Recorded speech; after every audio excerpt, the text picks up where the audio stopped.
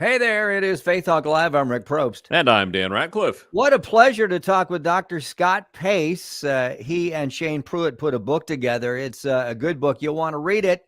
Calling Out the Called, Discipling Those Called to Ministry Leadership. First of all, Doc, how are you? I'm doing great. I hope you guys are. Thanks so much for having me on. We're excited to have you, and I'm excited to know if you've read every single one of those books that's behind you there. Almost. There's one on the third shelf from the top Okay. that I haven't quite got through yet. All right, we'll get to that one. And Okay. Well, Doc, before we get into the business at hand, as they say here in the South, let's talk Sure. about Christmas for the Pace family. You've got you and Dana have 4 kids. Is there a typical Christmas for you guys, or are you all over the board? Listen, our Christmas changed 4 years ago, 4.5, when we moved back to North Carolina. We used to have to travel. We lived in Oklahoma for almost 10 years, Florida for 3 before that. So we were always traveling back to see family. And now all the family has to come to us. And so we're kind of in the middle. So we stay closer to home than ever before, which is fantastic. awesome. In Oklahoma, where were you in Oklahoma? Because I lived there as well. Is that right? I was Yeah. teaching at Oklahoma Baptist University for almost 10 years Okay. out there. So right in Shawnee, Oklahoma. It's about 30 minutes east of Oklahoma City. Okay, yeah, we Yeah. lived in Tulsa for a couple of years. So Sure. I did an Yeah. interim in Tulsa and was Yeah. up there a lot, preaching and speaking. all right, well, you and I have a lot of connections because Man, we do. Who knew? you're Who up in knew? Wake Forest, and I've got family up there. So, and anyway, let's get to the book, shall we? Yeah, sure. Yeah, Dr. Scott Pace and Shane Pruitt have put a book together, Calling Out the Called, Discipling Those Called to Ministry Leadership. Tell us, Doc, what the book's about, and when did you see, maybe you and Shane, see that there was something that needed to be addressed, discipleship with leadership? Let's talk about Yeah. that. Yeah, it's really funny. Shane and I kind of were traveling, speaking, serving various churches around. What we began to recognize is when people asked us for recommendations, hey, we have a need in terms of a ministry leader, a pastor of some demographic, or even a senior pastor, that we were running into a shortage of those leaders, and we didn't know who or how to recommend. And so that was kind of the initial sign of, man, we're seeing the well is drying up, the pipeline's dry. And we began to do some research, saw some of the numbers that were out there that were almost staggering. For instance, one of them that we cite in the book is that there's more Protestant pastors right now over the age of 65 than there are under the age of 40, which Wow. means we're really top heavy in terms of just the age demographic and where's the next generation of leaders going to come from. So that was part of the conversation. Was we began to talk to ministry leaders. They were really intrigued by that and began to kind of say, yeah, we see that need. But then we ran to the next level, which if they respond and they say, I am discerning that God's calling me to vocational ministry leadership, what do we do with them? And that was where the book kind of was born. That was the genesis of the book. We want to kind of elevate the conversation, but then equip those who do discern that calling to ministry, vocational ministry leadership, with what they need to kind of be looking forward to as they prepare for what God's call is on their life. Now, Scott, as you guys started digging in, I mean, you're at Southeastern Baptist Theological Seminary, and so Yeah. you're there. We're training young people to become pastors. Yeah. What did you find as far as why is it? Is there a lack of interest in the young people? Is it they get burned out super quickly? What is it? Man, it's a combination of factors. There were a lot of things that began to happen. I would say that the largest contributing factor was, I don't know, maybe 15 to 20 years ago, we really wanted to emphasize in the church, more broadly speaking, that every member is called, that we're all called to follow Christ. We're all called to live on mission. We're all called to serve him and leverage our lives for that. And so we really began to understand kind of vocation as calling. And I'm a big proponent of that. I think that's biblical. I think that's how the church operates.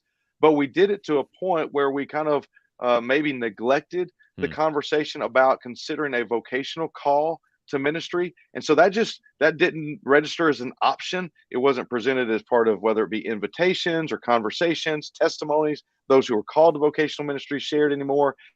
And so the pendulum just swung maybe a little too far. And so our goal was to kind of bring that back into balance. You can add to it other factors like those who have been in ministry, public platforms have fallen or failed, compromised doctrinally or morally, and to where nobody would aspire to that. I think one of the other main contributing factors that really have to take ownership of is in our own heart and life, we speak of ministry as though it's a huge burden instead of a blessing. It's one of those where every pastor you talk to is how life is, how hard it is, and that doesn't resonate with people who may be trying to consider, is God calling me to walk through the journey? That doesn't sound to them. So it kind of against ourselves, and that there are a number of factors that can to it, but it really has become a big problem, if you will. Dr. Scott Pace, we're having a little bit of trouble with the audio. I think we bounced back though. Yep, Dr. Scott Pace talking about the book Okay. that he put together with Shane Pruitt, calling out the called, discipling those called to ministry leadership.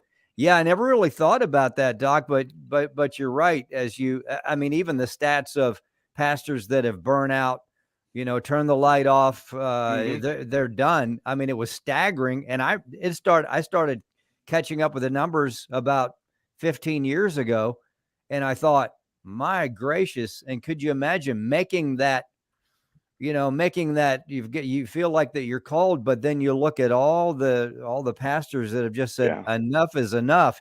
So thank you guys for doing that. We're talking about a book that you really need to pick up. It's a great book. I don't care where you are in ministry or what you're doing, but it's a great book to pick out. I saw this on there, The Fall from Grace, Tips to Help Ministry Leaders Lead Healthy Ministries and Finish Well. And you touched on that for a second, and I think that is very, very important. When you and Shane sat down to write this, did you have, I'm sure you had more information than you had book, right? Sure, But sure. Always. How did you decide what to put in this first book if there's a second one coming? I'm just assuming.